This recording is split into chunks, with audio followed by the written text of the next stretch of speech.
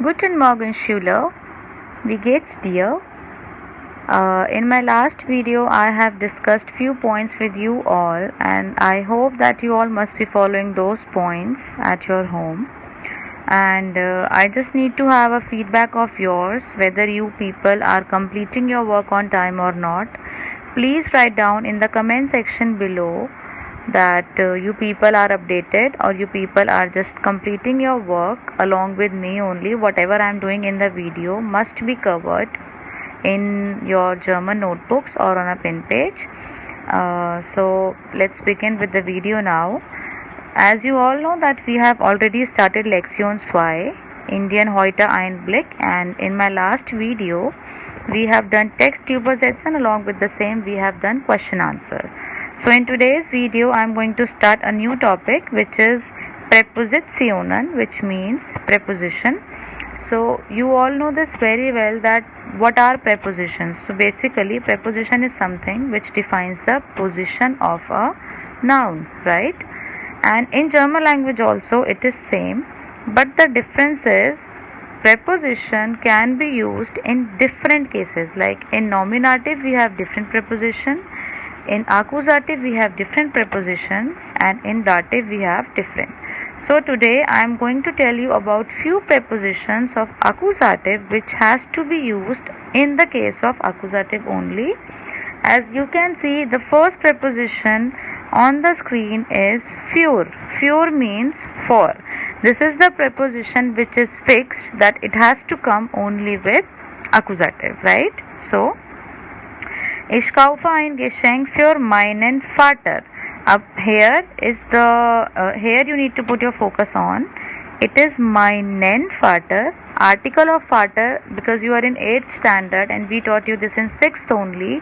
If something is masculine, article of masculine is always der, right? Since it is accusative, I taught you this also, that der becomes den. So this mein becomes meinen, right? Next point. Is der Brief für mich, which means is this letter for me? And the translation of first point was, I purchase a gift for my father.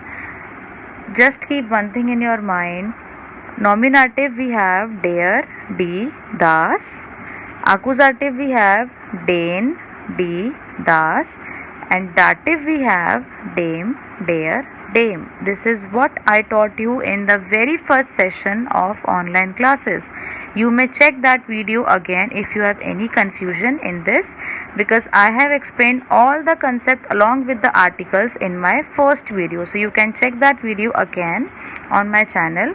Now let's begin with the second point, which is as you all know that in English also we have one word, but one word has multiple meanings. So is the case in German, right? Second preposition you can see, which is means around the people or around a particular place. If I am saying die Familie sitzt den Tisch, a family is sitting around the table. Here you can see den Tisch is coming because the article of Tisch is der Tisch, the table, der Tisch. Since we are doing the concept of accusative, der will become den, den.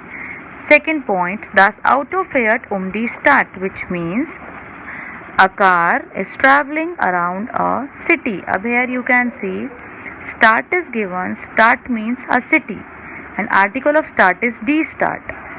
In the case of accusative, die remains die, so it will not change. Second point is which is again preposition is same but the meaning is different. At. You people have done this concept multiple times. Der Zug kommt 8 Uhr an, which means the train will come at 8 o'clock. Second point, die Nachrichten kommen 8:30.